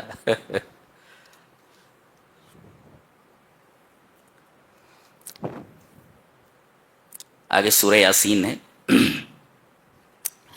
اس میں بیان فرمایا گیا اِنَّا نَحْنُ نُحْيِي الْمَوْتَى وَنَكْتُبُ مَا قَدَّمُوا وَآثَارَهُمْ وَكُلَّ شَيْءٍ أَحْصَيْنَاهُ فِي إِمَامٍ مُبِينٍ. ہم مردوں کو زندہ کرتے ہیں. یہاں سے یہ سورہ کریمہ اسٹارٹ ہو رہی ہے. اس میں اللہ نے بتایا کہ ہم مردوں کو زندہ کرتے ہیں. اچھا, اور لکھ رہے ہیں جو آدمی نے آگے بھیج دیا اور جو پیچھے چھوڑ دیا ہے. یعنی آگے جو بھیج دیا ہے وہ بھی لکھا ہوا ہے, اور جو پیچھے چھوڑ کر گیا ہے, اگر پیچھے ایسی چیز چھوڑ گیا ہے جس سے لوگ فائدہ اٹھا رہے, جیسے علم ہے, صدقہ ہے, اسکول ہے, مسجد ہے, کنواں ہے, جس سے خلق الہی فائدہ اٹھا رہی ہے, تو مرنے کے بعد بھی ان تمام چیزوں کا اجر آپ کو ملتا رہے گا. اور اگر آپ نے کوئی فتنہ چھوڑ دیا ہے, شرک چھوڑا, بدعت چھوڑا, کوئی گناہ کی جگہ چھوڑ دی, تو اب جب تک یہ گناہ کے کام ہوتے رہیں گے اس کا عذاب مرنے کے بعد بھی تجھے ملتا رہے گا. وہ ہے سنتن حسنہ, اور یہ ہے سنت سیئہ. جو چھوڑ کر جاؤ گے سب لکھا جا رہا ہے. یہاں تک کہ مسجد کی طرف تم آ رہے ہو نا, تم تو نہیں جانتے کتنے قدم آئے ہو, ہم لکھ لیتے ہیں کہ کتنے قدم آئے ہو مسجد کی طرف, اور جاتے وقت گھر تک پہنچتے ہوئے کتنے قدم چلے ہو, یہ سب ہم لکھ لیتے ہیں. کوئی چیز ہماری تحریر سے باہر نہیں. اس کے بعد ایک واقعہ بیان کیا جا رہا ہے. ایک گاؤں تھا, مفسرین یہ کہتے ہیں بعض کہ اس گاؤں کا نام انتاکیہ تھا, لیکن یہ صحیح نہیں ہے. بہرحال کوئی گاؤں تھا, لا یدرا این کان, کہاں تھا یہ پتہ نہیں, بہرحال ایک گاؤں ہے. یہاں رسولوں کو بھیجا گیا. پہلے 2 آئے, دونوں کو جھٹلا دیا انہوں نے. پھر تیسرا ان کی تائید کے لیے آیا, تینوں کو جھٹلا دیا. اور ان سے کیا کہہ رہے ہیں, تم لوگ ہمارے لیے نحوست کی حیثیت رکھتے ہو, منحوس ہو تم, شؤم علینا, ہمارے اوپر تم ایک نحوست بن کر کے وارد ہو گئے ہو, سوار ہو گئے ہو, بڑے منحوس ہو تم. اور دوسرے یہ کہ جتنی مصیبتیں ہمارے اوپر آ رہی ہیں, ہم دیکھ رہے ہیں کہ جب سے تم آئے ہو تب سے یہ مصیبتیں ہمارے اوپر آ رہی ہیں. یہ ساری مصیبتیں جو آ رہی ہیں تمہارے سبب سے آ رہی ہیں. اور اس کے بعد انہوں نے کہا, دھمکی دی, کیا لَئِن لَّمْ تَنْتَهُوا لَنَرْجُمَنَّكُمْ, اگر اس بستی سے بھاگ نہیں گئے تو لَنَرْجُمَنَّكُمْ, پتھر مار مار کر کے ہلاک کر دیں گے. پہلے یہ کہا کہ تم منحوس ہو, پھر یہ کہا کہ تمہاری وجہ سے ساری مصیبتیں ہمارے اوپر آ رہی ہیں, اور تیسرے اگر گئے نہیں تو تمہیں رجم کر دیں گے, ہم پتھر مار مار کر ہلاک کر دیں گے. انہوں نے کچھ نہیں کہا, اتنا کہا, قالوا طائرکم معکم, تمہاری نحوست تمہارے ساتھ ہے, یہ تمہارے عملوں کی نحوست ہے جن کی نسبت تم ہماری طرف کر رہے ہو. ان لوگوں نے ان تینوں کو ختم کرنے کا ارادہ کر لیا کہ مار دو ان کو, یہ بڑے ڈھیٹ ہیں, یہاں سے جانے والے نہیں. گاؤں کے دور کنارے کے اوپر ایک آدمی رہ رہا تھا. اللہ تبارک و دیکھو کیا بات ہے, وَجَاءَ مِنْ أَقْصَى الْمَدِينَةِ رَجُلٌ يَسْعَىٰ, اور ایک جگہ وَجَاءَ رَجُلٌ مِنْ أَقْصَى الْمَدِينَةِ يَسْعَىٰ. یہاں گاؤں کا ذکر پہلے ہے, آدمی کا ذکر بعد میں ہے. وہاں آدمی کا ذکر پہلے ہے, گاؤں کا ذکر بعد میں ہے. جی, سورہ قصص میں آدمی کا ذکر پہلے ہے, یہاں اشارہ اس بات کی طرف ہے گاؤں کا ذکر کر کے کہ دیکھو قریب رہنے والے لوگ دعوت قبول نہیں کر پائے, توفیق نہیں ہوئی. دیکھو گاؤں کے باہر کا ایک آدمی اس دعوت کو قبول کر کے ایمان والا ہو چکا ہے. ایک نقطہ یہ ملا کہ اسلام کی دعوت پر لبیک کہنے والے شروع میں جتنے لوگ ہوتے ہیں سب غریب لوگ ہوتے ہیں. جی, نبی پر بھی ایمان لانے والے جتنے تھے تقریباً آپ دیکھیں سب غریب ہی ہیں, غریب ہی ہیں, اللہ ماشاء اللہ. تو گاؤں کے اندر جو لوگ رہتے ہیں امیر ہوتے ہیں, گاؤں کے باہر زمینیں سستی مل جاتی ہیں, گاؤں کے اندر زمینیں بہت مہنگی ہوتی ہیں. گاؤں کے دور دراز منطقے میں رہنے والا آدمی غریب ہی ہوگا نا, وہاں رہتا تھا, وہاں سے دوڑتا ہوا آیا. اور پھر اس نے کہا, ارے تم ان لوگوں کو مارنا چاہتے ہو, اتباع کرو ان کی, یہ جو کہہ رہے ہیں مانو ان کی بات. قال یا قوم اتبعوا المرسلین, اے میری قوم ان رسولوں کی اتباع کرو, ان کی بات مانو. اتبعوا, اب دلیل دے رہا ہے کیوں, اتبعوا من لا يسألكم اجرا, یہ آ کر کے تمہیں بری بات بتا رہے ہیں کیا, اچھی بات بتا رہے ہیں نا, ہاں اچھی بات بتا رہے, کوئی بری بات نہیں کر رہے. اچھا ٹھیک ہے, تو پیسے مانگ رہے کیا, من لا يسألكم اجرا, پیسے مانگ رہے کیا, اجر مانگ رہے, بولے نہیں. وہم مہتدون, اب یہ بتاؤ ان کا کیریکٹر کیسا ہے, کیریکٹر لیس ہیں کیا یہ, بولے نہیں کیریکٹر بھی اچھا ہی ہے. ارے اللہ کے بندو, تو جب اچھی بات بتا رہے ہیں, پیسے بھی نہیں مانگ رہے اور کیریکٹر بھی ان کا اچھا ہے, بھلے لوگ ہیں, تو ان کو تم مارنے کیسے جا رہے ہو. سمجھ میں بات آ رہی ہے. یہ 3 باتیں پیش کی, 3 اوصاف پیش کیے انہوں نے رسولوں کے. کس نے, اس آدمی نے. اس کو کہتے ہیں صاحب یاسین. اور پھر توحید پر تقریر کرنے لگا. وَمَا لِيَ لَا أَعْبُدُ الَّذِي فَطَرَنِي وَإِلَيْهِ تُرْجَعُونَ. مجھے کیا ہو گیا ہے کہ میں اس ذات کی عبادت نہ کروں جس نے مجھے پیدا کیا ہے. اور تقریر کرتے اس نے کہا أَتَّخِذُ مِن دُونِي آلِهَةً, ایسے معبود میں بنا لوں کہ اگر رحمان یعنی اللہ ارادہ کرے کسی تکلیف کا تو یہ جن کی تم پوجا کرتے ہو یہ کچھ بھی فائدہ تمہیں نہیں پہنچا سکتا. بہت بولتا ہے, پکڑ لو اس کو. مفسرین نے لکھا ہے کہ ان کو پکڑ لیا گیا صاحب یاسین کو, اور کہتے ہیں کہ انہیں پیروں سے رونٹ ڈالا گیا, حتی شق بطنہ, یہاں تک کہ ان کا پیٹ پھاڑ دیا گیا. مارتے مارتے ان کا پیٹ پھٹ گیا, کچل دیا لوگوں نے, مار مار کر کے ان کو وہیں ختم کر دیا. وَطَعُوهُ وَشَقُّوا بَطْنَهُ, ان کے پیٹ کو پھاڑ دیا انہوں نے. جب لوگ ہٹے تو مر چکا تھا. توحید کے لیے کیسی کیسی تکلیفیں اٹھائی ہیں لوگوں نے. اللہ تبارک تعالی نے فرمایا کہ اس نے میری توحید کے لیے جان دی. فوراً کہا گیا, فرشتے بھیجے گئے, قیل ادخل الجنہ, جنت میں داخل ہو جا. ڈائریکٹ جنت میں, بدن یہیں رہ گیا, اور اس کی روح کو جنت میں سبز پرندوں کے قالب میں رکھ دیا گیا, جیسے شہیدوں کے ساتھ معاملہ کیا جاتا ہے. چل جنت میں چلے جا. اب جنت میں پہنچا تو کہنے لگا یا لیت قومی یعلمون, کاش کے لوگوں کو معلوم ہوتا, میری قوم کو معلوم ہوتا. کیا؟ بما غفر لی ربی, کہ میرے رب نے مجھے معاف کر دیا. وجعلنی من المکرمین. دیکھو یہاں کیا کہا اس نے, ایسا نہیں کہا کہ اللہ تبارک و تعالی نے میرے اس عمل کی وجہ سے اکرمنی, میرا اکرام کیا. نہیں, وہ کہہ رہا ہے کہ میرے اس عمل کی وجہ سے مجھے اللہ تبارک و تعالی نے مکرمین کے زمرے میں شامل کر لیا ہے. اشارہ اس بات کی طرف ہے کہ میرے طریقے پر جو بھی چلے گا, میں تنہا نہیں ہوں, جو بھی میرے طریقے پر چلے گا وہ اکرام کا مستحق ہوگا اللہ تبارک و تعالی کی طرف سے. یہ مطلب اس کا, وجعلنی من المکرمین. کیا بات. اب سوال پیدا ہوا کہ آدمی مر گیا ہے اور مرنے کے بعد اسے زندہ کیا جا رہا ہے, اور یہ ایسی بات کہہ رہا ہے. ایک نقطہ یہ بھی ملا کہ دیکھو یہ کافروں کے درمیان رہ رہا ہے لیکن اپنی قوم کا کس قدر خیر خواہ ہے. مل کر کے مار دیا, اس کو کہتے ہیں موب لنچنگ. موب لنچنگ کا ثبوت بھی قرآن میں, مار دیا گیا اس کو, مل کر کے ایک آدمی کو مار دیا انہوں نے, موب لنچنگ کر دی گئی اس کی. لیکن پھر بھی یہ خیر خواہ رہا, مرنے کے بعد بھی یہ خیر خواہ رہا. کاش میری قوم جان لیتی.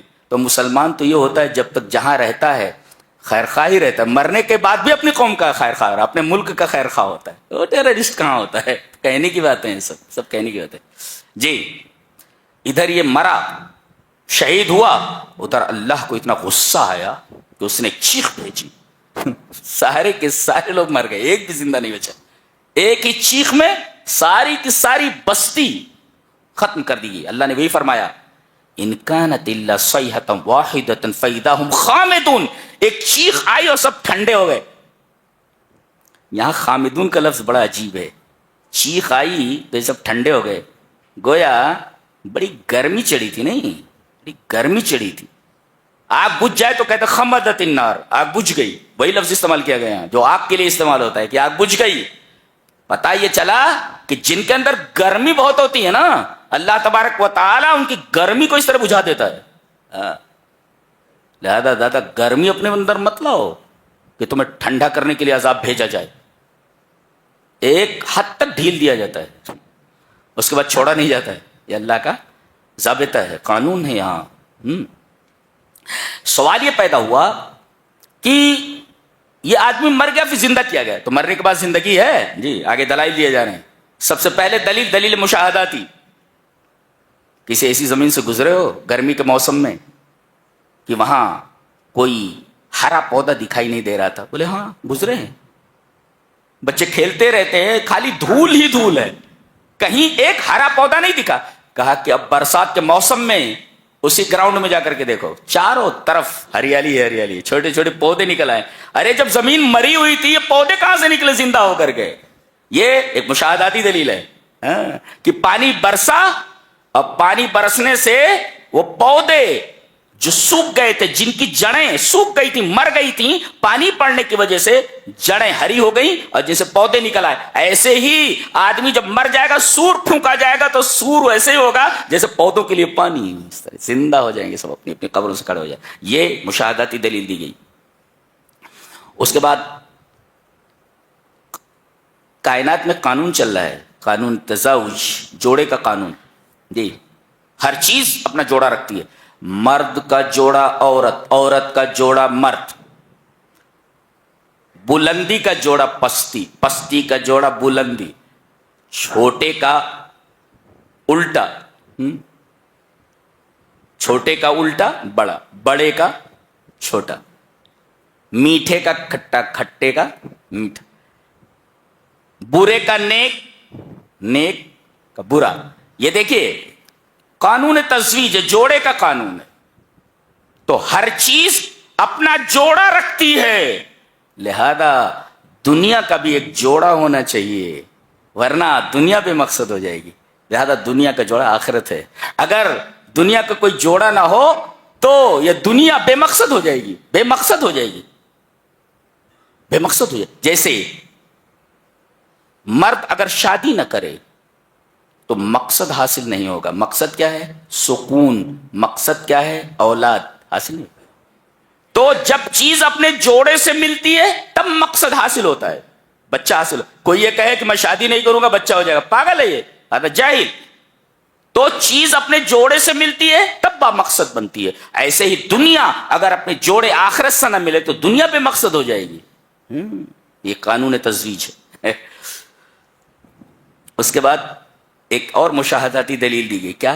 پہلے کیا ہوتا تھا, ایک درخت ہوتا تھا افار, اور ایک ہوتا تھا مرخ. تو پہلے تو ماچس وغیرہ تو تھی نہیں, تو کبھی دو پتھروں کو ایسے رگڑ کر کے آگ نکال لیتے تھے, اور کبھی مرخ اور افار, یہ جو دو درخت ہوتے تھے ان کی ڈالیاں کاٹ لاتے تھے, اور جب ڈالیاں کاٹتے تو ایسے پانی گرتا رہتا تھا, اور اس کے بعد جب دونوں کو رگڑتے تھے تو آگ نکلتی تھی. اللہ نے فرمایا ہرے درخت سے ہم آگ نکالنے پر قادر ہیں. تو کیا انسان سڑ گل کر کے مٹی ہو جائے, راکھ ہو جائے, تو کیا ہم راکھ سے زندگی کی نمود نہیں کر سکتے؟ ہم پانی سے آگ پیدا کر سکتے ہیں, ضد سے ضد کو نکال سکتے ہیں, تو مردے سے زندگی کو کیوں نہیں نکال سکتے؟ ہر چیز جوڑا رکھتی ہے اپنا. ہم مردے سے زندگی کو نکال دیتے ہیں, راکھ سے زندگی دے سکتے ہیں ہم. جیسے یہاں فرمایا گیا کہ ہرے درخت سے آگ نکلتی ہے, وہی مرخ اور افار دو درخت ہوتے تھے. تو اس طریقے سے ہم راکھ سے بھی زندگی کی نمود کر سکتے ہیں. اچھا, ایک اور چیز بہت پیاری ہے, دیکھیے یہاں پر, کہ اگر ہم چاہتے تو ان کی آنکھیں ختم کر دیتے, ان کی آنکھیں مٹا دیتے. یہاں تشبیہ المعقول بالمحسوس ہے, یعنی معقول کو محسوس بنا کر کے پیش کیا گیا ہے.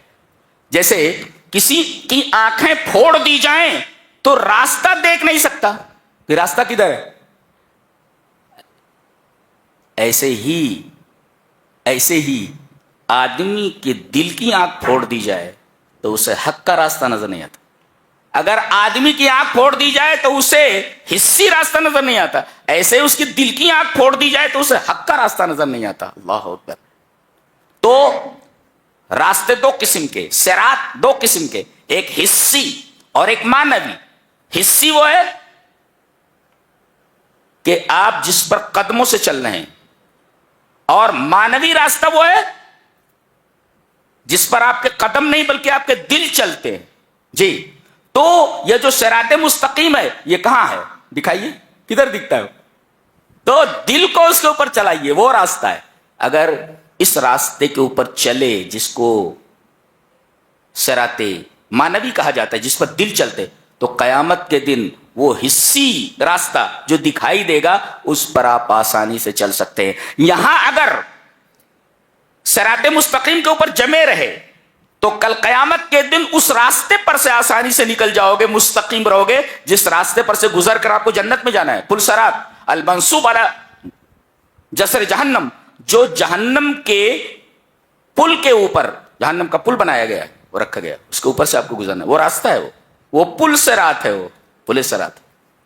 تو یہاں صراط مستقیم پر جمے رہے تو آخرت میں اس صراط سے آپ پار ہو جائیں گے جو حسی صراط ہے. تو گویا کہ اس مانوی صراط سے اگر آپ گزرے، اس پر مستقیم رہے، تو اس صراط حسی یعنی جو جہنم کے اوپر رکھا ہوا اس راستے سے بھی آپ آسانی سے گزر جائیں گے. کیا بات ہے، کیا بات ہے. آگے سورہ صافات ہے.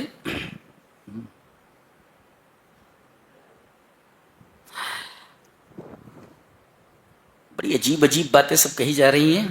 اس میں حضرت ابراہیم علیہ السلام کا واقعہ بہت نمایاں انداز میں بیان کیا گیا ہے کہ انہوں نے خواب دیکھا کہ میں اپنے بچے کو ذبح کر رہا ہوں، اسماعیل کو.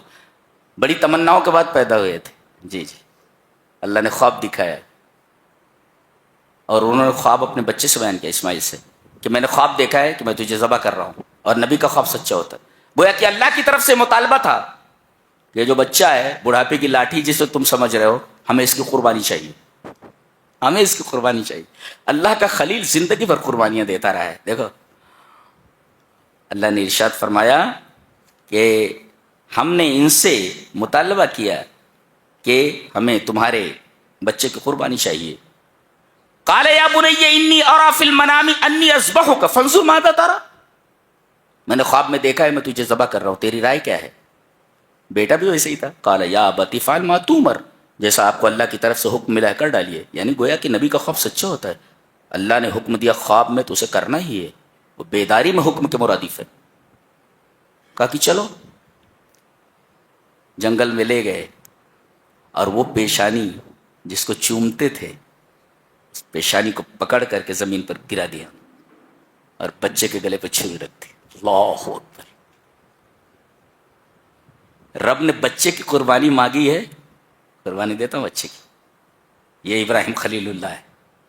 اللہ تبارک تعالیٰ نے ایسے نہیں حضرت ابراہیم کے بارے میں کہا واتخذ اللہ ابراہیم خلیلا، اللہ تبارک و تعالیٰ نے ابراہیم کو اپنا خلیل بنا لیا. یہی وہ بچہ ہے.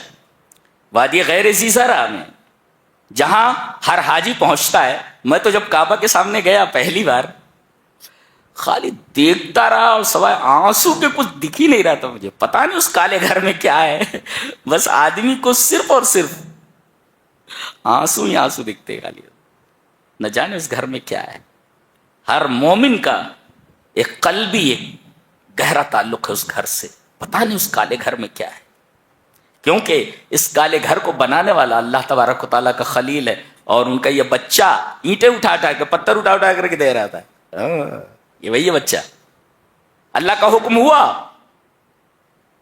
یہ گود میں جو بچہ ہے حکم دیا جاتا ہے کہ اس بچے کو اپنی بیوی کے ساتھ مکہ لے جا کر کے چھوڑ دے. ٹھیک ہے میرے رب. نہ وہاں کوئی درخت ہے، نہ وہاں کوئی آبادی ہے، دور دور تک کسی انسان کا پتہ نہیں، بے آب و گیا میدان ہے. حضرت ہاجرہ کی گود میں حضرت اسماعیل، یہی بچہ ہے. چلنے لگے. وہ کہہ رہی کہاں جا رہے ہو، اس وادی میں چھوڑ کر کے، کچھ بول ہی نہیں رہے ہو. تھوڑی دور چلی ان کے پیچھے، کہنے لگی اللہ کا حکم ہے یہ. بولے ہاں اللہ کا حکم. بیوی بھی کیسی ہے دیکھے. کہنے لگی کہ اللہ کا حکم ہے تو اللہ ہمیں کبھی ضائع نہیں کرے گا، کبھی ضائع نہیں کرے گا. جہاں پانی موجود نہیں تھا، جہاں درخت موجود نہیں تھا، آج دنیا کے سارے پھل اور دنیا کی ساری نعمتیں اول درجے کی سب سے پہلے وہیں پہنچتی ہیں. جہاں پانی نہیں تھا، پانی ایسا ہے دنیا میں ویسا پانی موجود نہیں ہے جو کھانا بھی ہے اور پانی بھی ہے، دونوں ہے. حضرت ابو ذر غفاری کہتے ہیں کہ میں 7 دن تک اسی پانی کے اوپر رہا ہوں. میں نے وہ پانی نہیں، کھانا بھی ہے، وہ ایسا پانی ہو. اور میں تو کہتا ہوں ہر سال 25-30 لاکھ حاجی جاتے ہیں تالاب ہو تو تالاب سوکھ جائے گا، ندی سوکھ جائے گی، لیکن وہ چھوٹا سا کنواں ہے اس کا پانی نہیں ختم ہو رہا ہے. یہ معجزہ نہیں ہے، معجزہ نہیں ہے، معجزہ ہے یہ. اللہ تبارک و تعالی نے ان کے لیے یہ چشمہ جاری فرمایا تھا. بہنے لگا تو پریشان ہو گئی وہ، زم زم رک جا بول کو، پانی بہ رہا تھا، رک جا رک بولے تھے، اسٹاپ. زم زم ہیبریو ہے، عبرانی زبان. تو باندھ دیا، وہی کنواں بن گیا. اللہ اکبر، سبحان اللہ. ڈارون نے کہا کہ انسان جو ہے وہ بندر کی اولاد ہے. دیکھو یہاں پہ ام خلقنا الملائکۃ اناثا وهم شاہدون. بالکل ڈارونی کی طرح کفار مکہ تھے، وہ کہتے تھے کہ فرشتے اللہ کی بیٹیاں ہیں. اچھا، بنات اللہ ہیں، کون؟ فرشتے. اب اللہ یہ پوچھ رہا ہے، ہم جب فرشتوں کو لڑکی بنا رہے تھے، بیٹی بنا رہے تھے، تو اس وقت تم حاضر تھے؟ مشاہدہ ہے تمہارا؟ نہیں. پھر اٹکل بات ہوئی نا. اب ڈارون سے یہ پوچھا جائے کہ انسان جب بندر کی شکل میں آ رہا تھا تو وہاں موجود تھا؟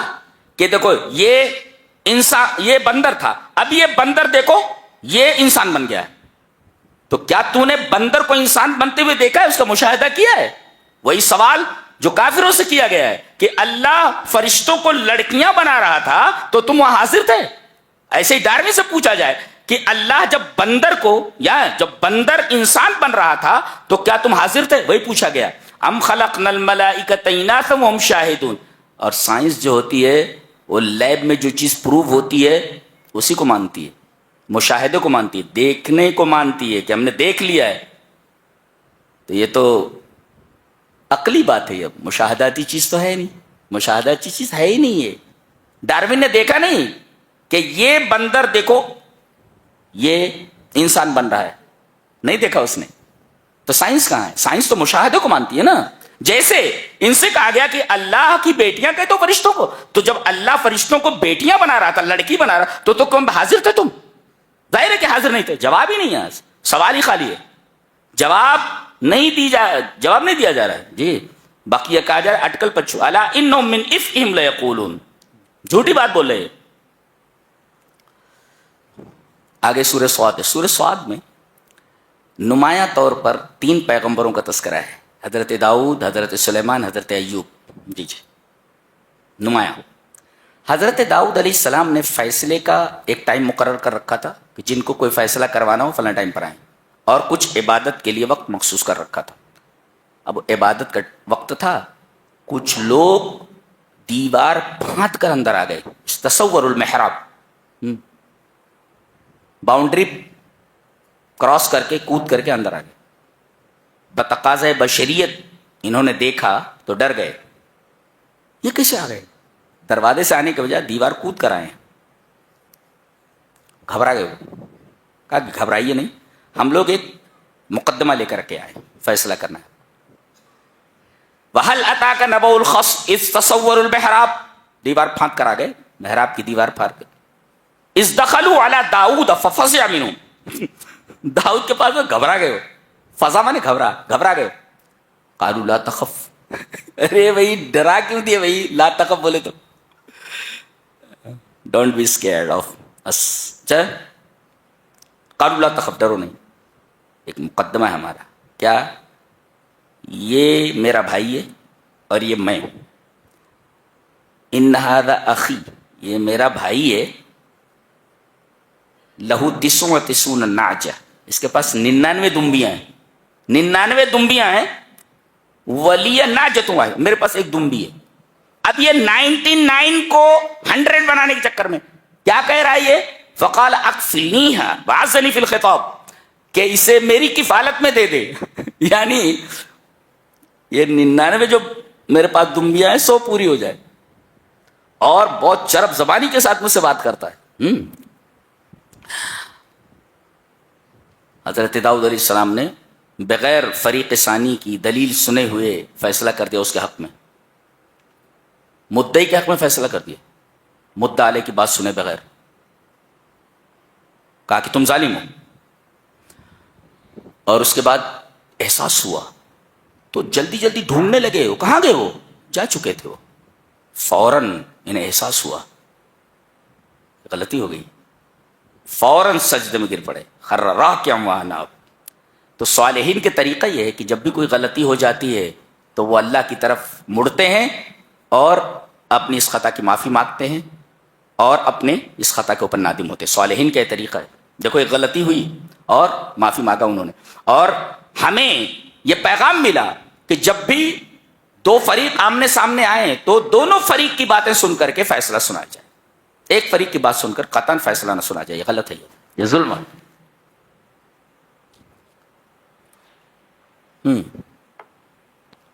اس کے بعد حضرت داؤد علیہ السلام کے بعد حضرت سلیمان علیہ السلام جو ان کے بیٹے ہیں, ان کا کہہ رہے ہیں کہ ان کو اعلاء کلمت اللہ کے کلمے کو بلند کرنے کے لیے گھوڑے تیار رکھتے تھے. ہمیشہ گھوڑے تیار رکھتے تھے اور گھوڑوں سے بڑی محبت تھی. محبت صرف اللہ کے لیے تھی, گھوڑوں سے بھی محبت اللہ کے لیے تھی. اس لیے کہ ان گھوڑوں پر سوار ہو کر کے اپنے لشکر کے ساتھ وہ اللہ کا پیغام پہنچانے کے لیے لوگوں تک جاتے. مفسرین نے لکھا کہ عصر کا ٹائم تھا اور گھوڑوں کو لایا گیا. مسحم بالسوق والآناق. سوق کہتے ہیں پنڈلی کو اور آناق کہتے ہیں گردن کو. تو گردن اور پنڈلی کو سہلانے لگے. گھوڑے بڑے خوبصورت تھے, صافنات الجیاد, عمدہ قسم کے گھوڑے, اور ان کے گردنوں پر جو ہے ہاتھ پھیرنے لگے اور ان کی پنڈلی کے اوپر ہاتھ پھیرنے لگے. دیکھتے دیکھتے نماز کا وقت چلا گیا. انہیں احساس ہوا یہ کیا ہو گیا. میں ان گھوڑوں میں اتنا مشغول رہا کہ نماز چلی گئی. فوراً حکم دیا کہ یہ تو تمام گھوڑے جن کو میں بہت زیادہ پسند کرتا تھا ان سب کو ذبح کر دیا جائے. ذبح کر کے ان کا گوشت لوگوں کو ہدیہ کر دیا گیا. پتہ یہ چلا کہ جو اللہ کے لیے کسی چیز کو چھوڑ دے, من ترک شیئا للہ, جو آدمی اللہ کے لیے کسی چیز کو چھوڑ دے تو اللہ تعالیٰ اس کے بدلے میں اس سے بہترین چیز عطا کرتا ہے. تو کیا ہوا, گھوڑوں کو ذبح کر دیا. اللہ نے ایسا تخت عطا فرمایا جو آج کوئی ہوائی جہاز بھی اس کا مقابلہ نہیں کر سکتا. تخت عطا فرمایا اور ہوا کو ان کے تابع کر دیا.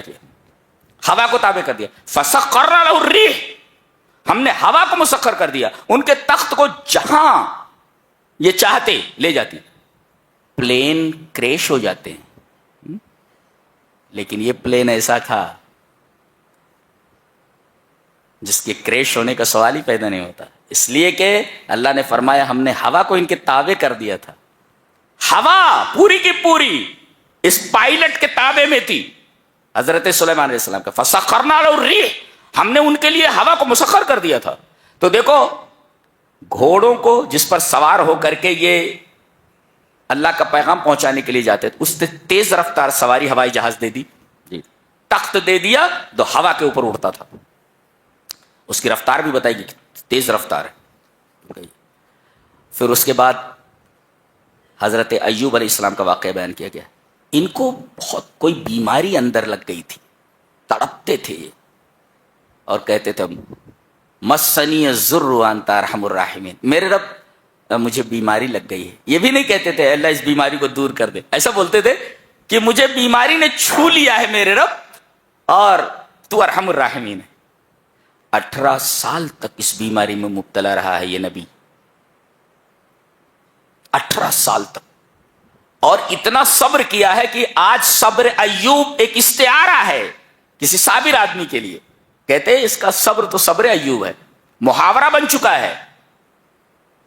اللہ تبارک تعالیٰ نے خود فرمایا انا وجدناہ صابرا نعم العبد, ہم نے ایوب کو صابر بندہ پایا. دیکھو بیماری دینے والا وہی, صبر عطا کرنے والا بھی وہی, اور صبر کے اوپر تعریف کرنے والا بھی وہی. کمال ہے. تو ساری چیزیں تو اللہ ہی کی. بیماری کس نے دی؟ اللہ نے. صبر کس نے دیا؟ اللہ نے. اور صبر پر تعریف کرنے والا کون؟ اللہ.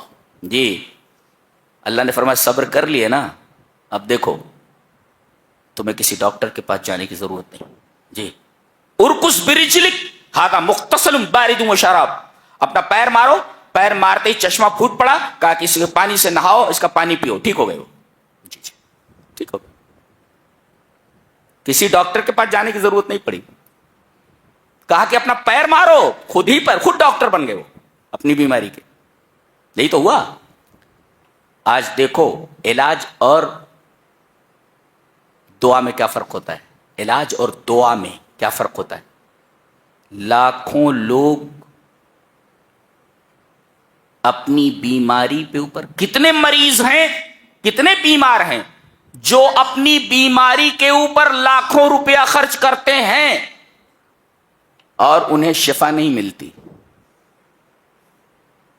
اور کتنے مریض ایسے ہیں کہ یئس منہ الطبیب, ڈاکٹر نے جواب دے دیا ہے, لیکن انہوں نے دعا کی, اللہ تبارک و تعالیٰ نے ان کی اس بیماری کو دور کر دیا. یہ فرق ہے دعا میں اور دوا میں. جو چیز دوا سے ٹھیک نہیں ہوتی وہ دعا سے ٹھیک ہوتی ہے.